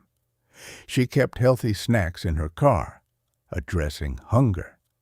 She used traffic time to practice her breathing anchor instead of raging at other drivers, turning unavoidable stress into practice. Within 2 weeks, her commute shifted from being the worst part of her day to being manageable and sometimes even pleasant. Same traffic, completely different experience based on preemptive planning. When to use the preemptive strategy? After identifying your personal stress patterns. When structuring your weekly schedule before periods, will be high stress. As an ongoing approach to life design, the preemptive strategy works because it prevents stress reactions rather than trying to manage them after they've already started. It's much easier to maintain calm than to recover calm once you've lost it. Technique 20. The Calm Leadership Principle. We're approaching the highest level of mastery now, where your calm doesn't just benefit you, but actively improves every situation you enter. The Calm Leadership Principle is about understanding that true leadership isn't about authority or control, but about the ability to remain strategically calm while helping others access their best capabilities. Here's what you need to know. People follow those who can think clearly when they cannot. In crisis situations, people don't follow the loudest voice or the person with the most authority. They follow the person who seems most capable of navigating the difficulty successfully. That person is almost always the one who has maintained their composure and strategic thinking ability. The calm leadership principle has several key components. Component 1. Focus on solutions, not problems. While others are discussing what's wrong or who's to blame, you're asking, what needs to happen next? And how can we move forward effectively? This doesn't mean ignoring problems. It means directing energy toward productive action instead of unproductive complaining. Component 2. Ask the questions others aren't thinking to ask. When people are caught up in emotional reactions, they stop asking good questions. You become the person who helps everyone think more clearly by asking, what are we assuming that might not be true? What would need to be true for this to work? What are we not considering? What would success look like here? Component 3. Help people separate what they can control from what they cannot. One of the biggest sources of stress is trying to control things outside your influence. You help people identify what they actually can control and focus their energy there. We can't control their decision, but we can control how prepared we are for either outcome. Component 4. Make decisions when others are paralyzed. You don't make decisions arbitrarily, but when direction is needed and others are too overwhelmed to act, you provide it. Here's what I think we should do next. Does anyone see a better option? You're giving people a path forward when they're stuck in indecision. Component 5. Be the calm anchor. Just your presence in difficult situations helps others think more clearly. People unconsciously match the energy of the calmest person in the room. When you embody unshakable calm, you're actually helping everyone else access their better thinking. My friend David runs an emergency room. He told me about a night when everything went wrong simultaneously. Multiple trauma cases, equipment failures, understaffed, family members shouting, doctors and nurses on the edge of panic. He said the only reason they got through that night successfully was because he'd trained himself to be the calm anchor. Not because he didn't feel the stress, he absolutely did. But he'd learned to maintain functionality regardless of what he was feeling. He stayed solution-focused. What's our priority right now? He helped people focus on what they could control. We can't get more staff tonight, but we can triage more effectively. He made decisions when others were paralyzed. Here's how we're going to handle this. His calm created space for everyone else to think more clearly. Situations that could have resulted in tragedy instead resulted in lives saved because one person maintained composure and helped others do the same. That's the ultimate power of mastering calm. It doesn't just change you. It changes every situation you enter and every person you interact with. When to use the calm leadership principle. During any crisis or high-stress situation, when leading teams or groups through difficulty. In family situations where others are overwhelmed. Anytime your composure can help others perform better. The calm leadership principle works because it transforms calm from a personal achievement into a gift you give to everyone around you. Technique 21. The ultimate integration. This final technique brings everything together into a comprehensive system that works automatically in your daily life. Having individual techniques is valuable, but true mastery comes when these techniques become integrated patterns of thinking and responding that happen naturally without conscious effort. The ultimate integration is about creating a personalized system where calm becomes your default state rather than something you have to consciously work at. Here's how to create your ultimate integration. Phase 1. Identify your core techniques. You've learned 21 techniques. Some will feel more natural and effective for you than others. That's normal. Identify the 5 to 7 techniques that work best for your personality, challenges, and lifestyle. For me, my core techniques are the reset breath, the power pause protocol, the perspective flip, the emotional firewall, and the identity shift.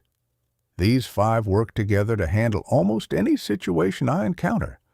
Your core 5 might be completely different based on your needs. Phase 2. Create trigger practices. These are automatic connections between situations and techniques.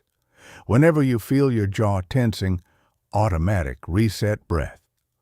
Whenever you're about to enter a difficult conversation, automatic power pause protocol. Whenever someone says something that would normally upset you, automatic perspective flip. Whenever you're around emotionally intense people, arrow, automatic emotional firewall. You're programming specific situations to automatically activate specific responses. Phase 3. Develop your personal calm mantras. These are phrases that instantly access your calm state. They might be, I choose my response. This is practice. Calm is my advantage. I've handled harder than this. Choose mantras that feel authentic and powerful to you. Use them consistently until they automatically trigger calm responses. Phase 4. Build daily rituals. Create specific times each day when you practice your techniques. Morning, 2 minutes of breathing anchor plus identity visualization. Midday, calm check-in and power pause before afternoon activities.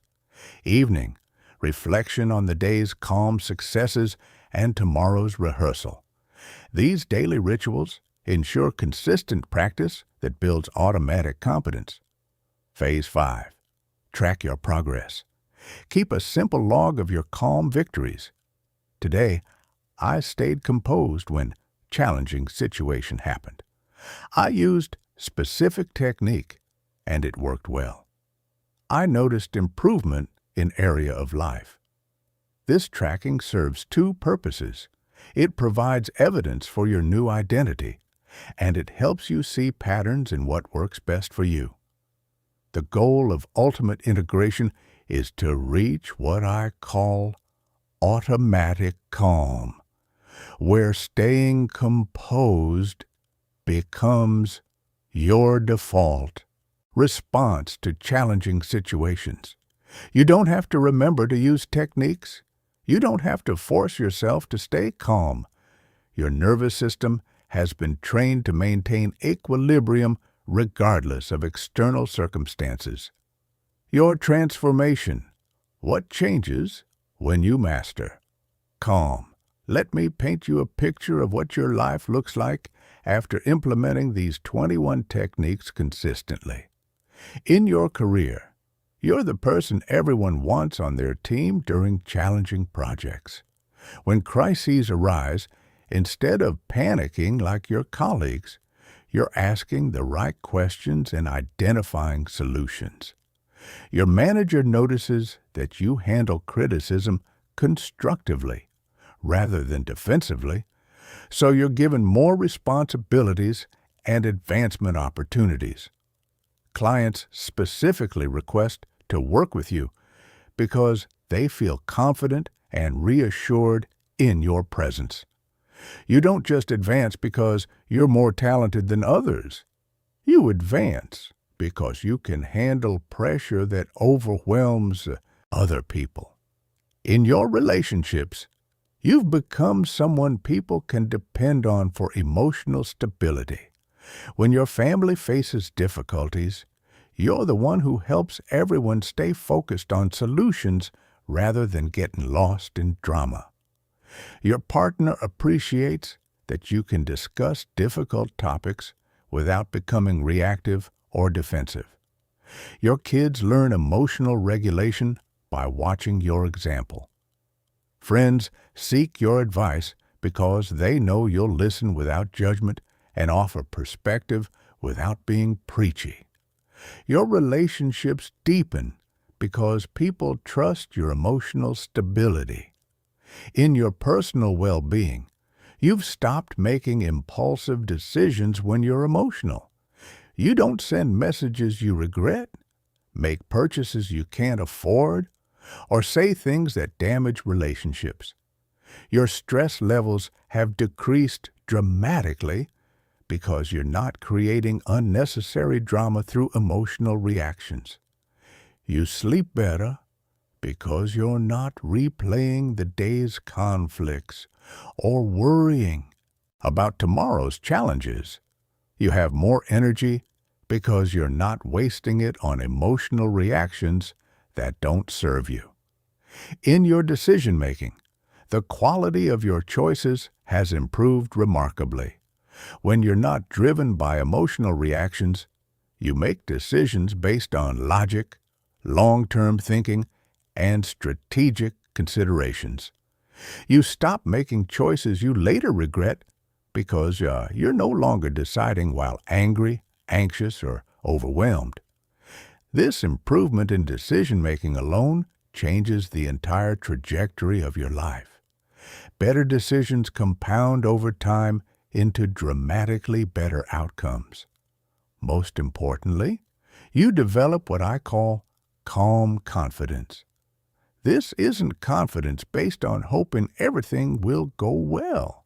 It's confidence based on knowing that you can handle whatever happens. You're not afraid of challenges because you know you have the skills to navigate them successfully. You're not afraid of failure because you know you can learn from it and adapt. This type of confidence is unshakable because it's not dependent on external circumstances. It doesn't matter if the economy crashes, if your industry changes, if relationships end, or if unexpected problems arise. You know that your ability to think clearly and respond strategically will serve you regardless of what life presents. The compound effect. 1 year, 5 years, 10 years.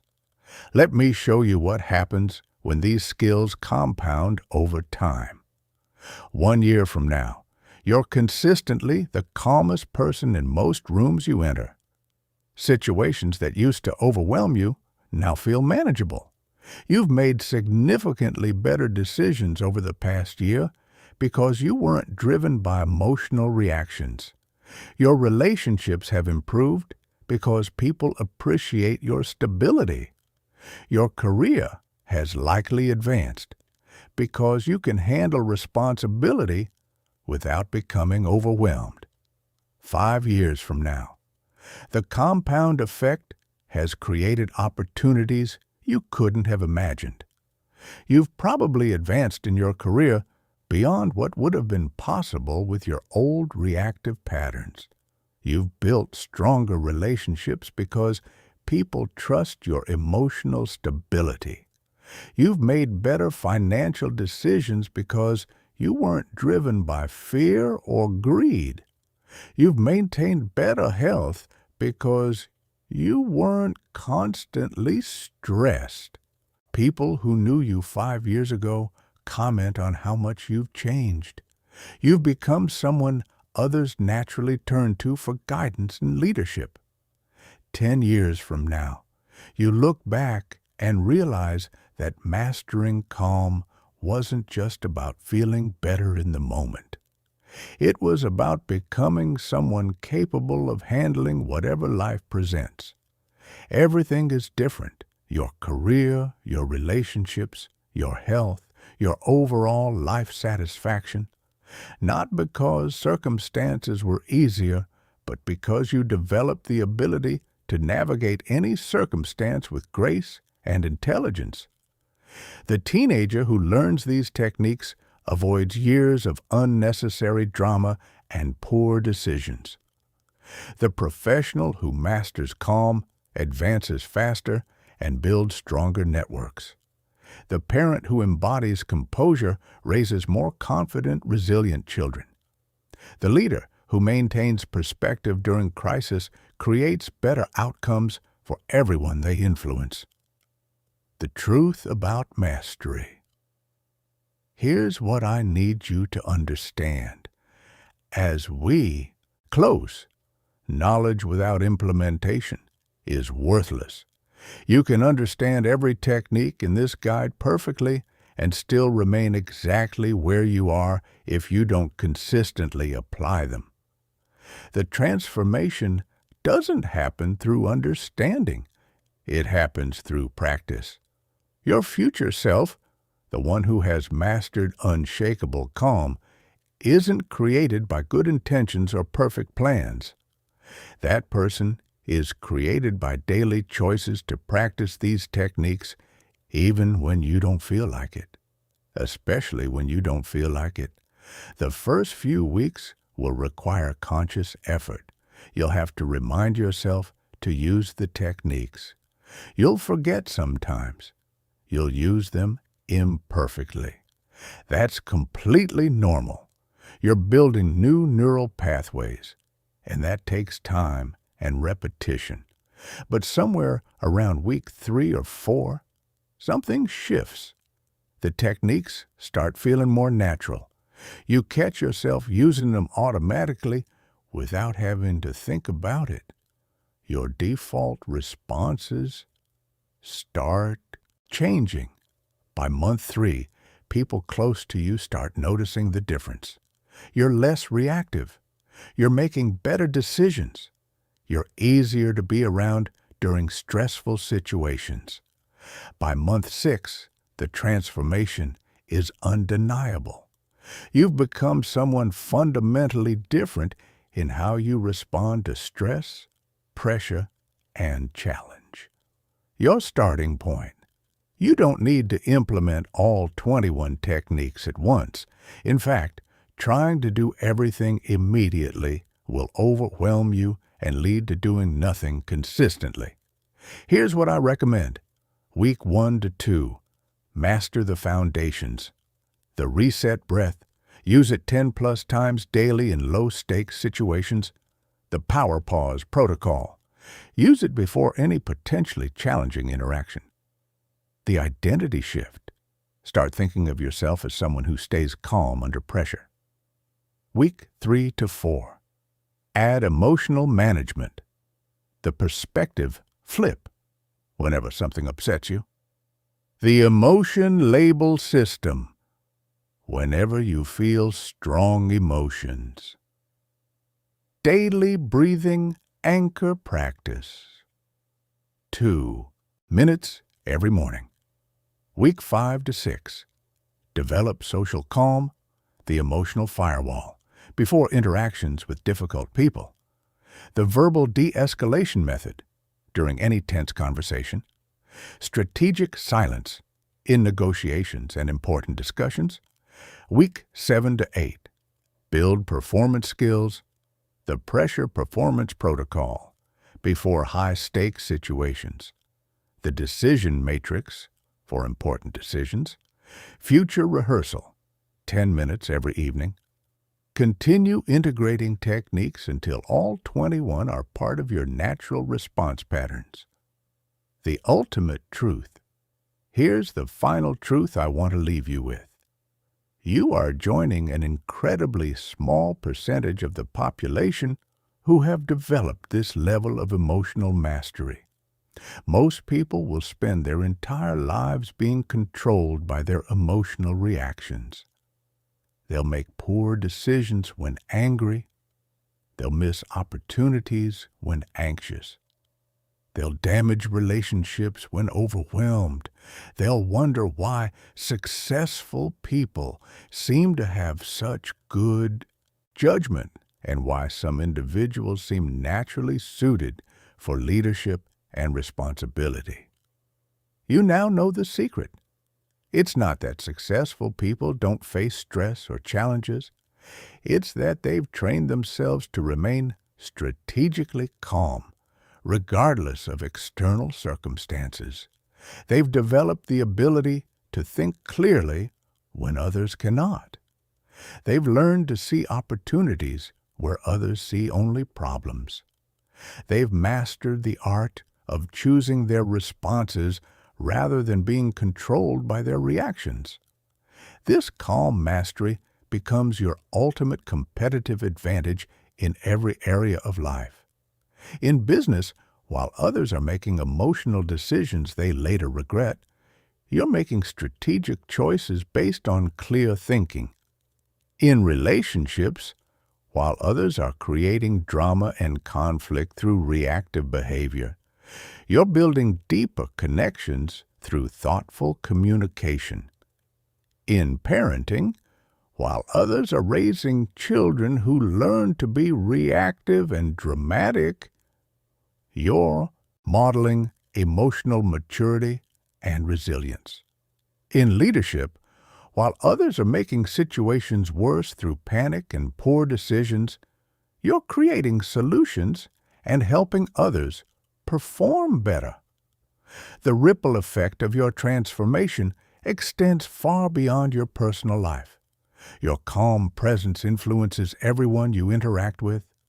Your colleagues become more composed because your energy is contagious. Your family members learn better emotional regulation because they observe your example daily. Your friends make better decisions because they have access to your clear thinking during their difficult moments. Years from now, you might not even remember what it felt like to be controlled by stress and emotional reactions. Your new patterns will have become so automatic that staying calm feels as natural as breathing.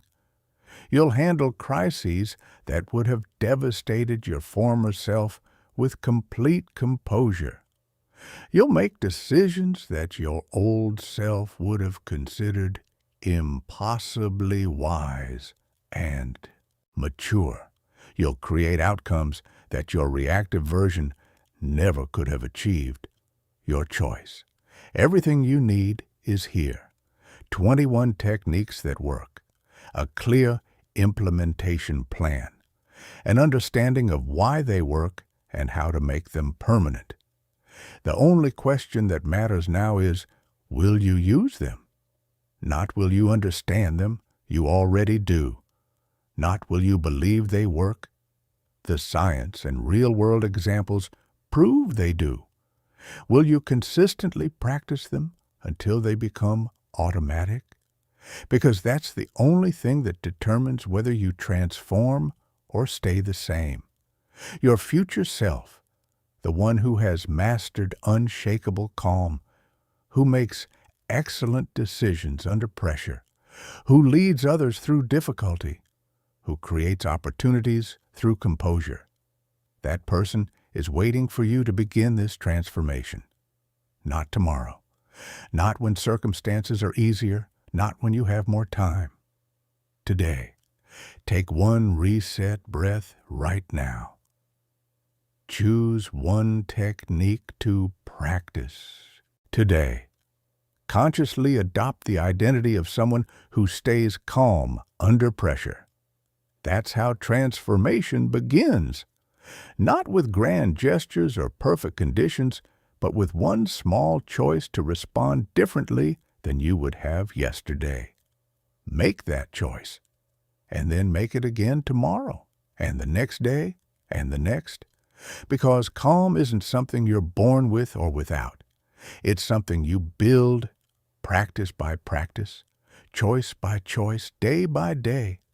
And the person you become through this process, someone who remains strategic when others are reactive, who sees solutions when others see only problems, who creates calm in chaos rather than adding to it, that person will transform every area of your life and everyone whose life you touch. That transformation starts now. Welcome to your new life of unshakable calm.